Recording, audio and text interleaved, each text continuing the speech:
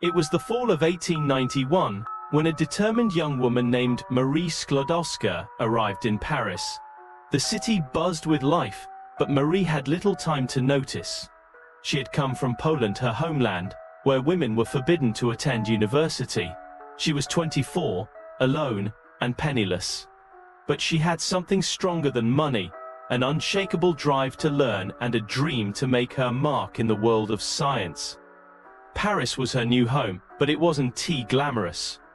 Marie rented a tiny, unheated attic apartment, where she spent her nights huddled under blankets with her books, studying by candlelight. She often went without meals to save money, surviving on bread and tea. Yet every morning she would walk through the bustling streets to the prestigious Sorbonne, where she was one of the few women in her class. The men around her dismissed her, but Marie was relentless. With each passing year, her name became more respected in the academic halls of Paris. In 1894, fate led her to Marie Curie, a brilliant but humble physicist. Marie, equally passionate about science, immediately bonded with Pierre over their shared love for research. Their minds and hearts became inseparable, and in 1895, they married. What followed was one of the most remarkable scientific partnerships in history. Together, they would unravel the mysteries of the universe.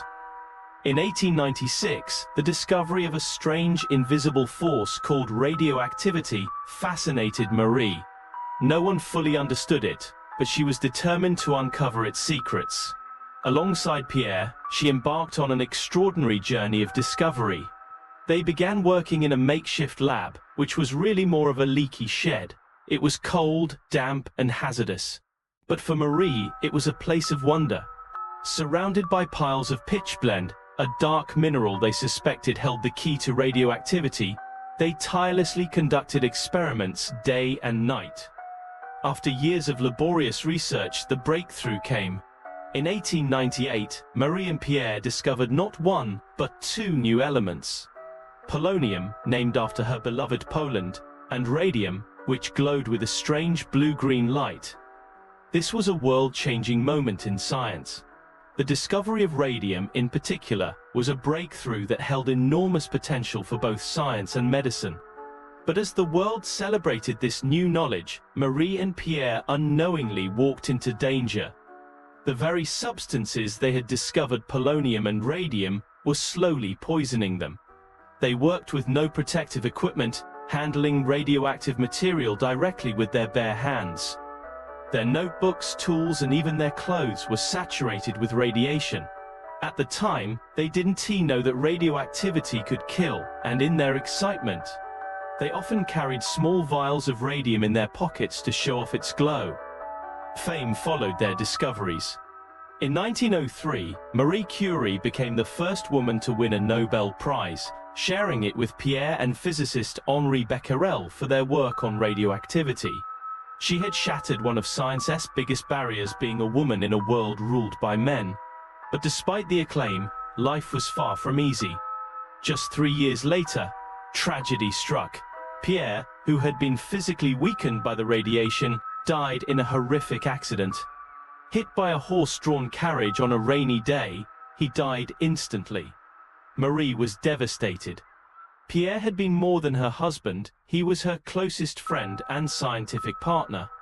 Grief consumed her, but her work called her back. With courage few could imagine, she chose not to collapse under the weight of loss. Instead, she took up Pierre's position at the Sorbonne, becoming the university's first female professor. She continued their work, pushing the boundaries of what was known about radioactivity. In 1911, Marie Curie made history again, becoming the first person to win 2 Nobel Prizes, this time in chemistry, for her discovery of radium and polonium. No one had ever achieved such an honor before. She had firmly established herself as one of the greatest minds of all time, but her achievements came at a price. Her health began to deteriorate. Years of exposure to radiation had left her body frail. By the early 1920s, she suffered from cataracts, her vision dimming due to the invisible rays she had spent so much of her life studying.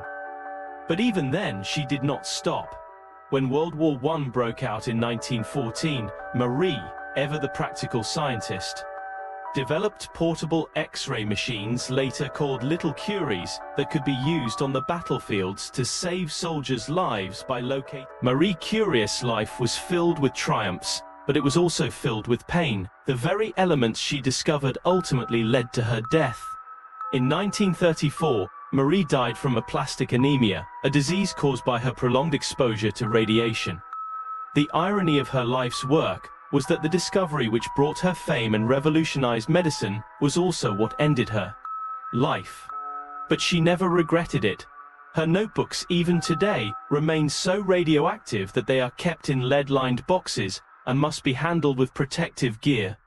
They are a symbol of both her brilliance and the unknown dangers she faced without hesitation. Marie Curie was not only a groundbreaking scientist. She was a pioneer who reshaped the landscape of possibility for women, for science, and for humanity. She once said, "Life is not easy for any of us. But what of that? We must have perseverance, and above all confidence in ourselves. We must believe that we are gifted for something, and that this thing must be attained." Marie Curie's gift was not just her intellect, but her unyielding perseverance. Her story is one of ambition, sacrifice, and the unrelenting pursuit of truth. Today, her legacy endures. Hospitals worldwide use radiation therapy to treat cancer, a direct result of her discoveries. She paved the way for generations of scientists, women, and dreamers. Her story, filled with brilliance, heartbreak, and determination, will forever be a beacon of what humanity can achieve when driven by curiosity and courage.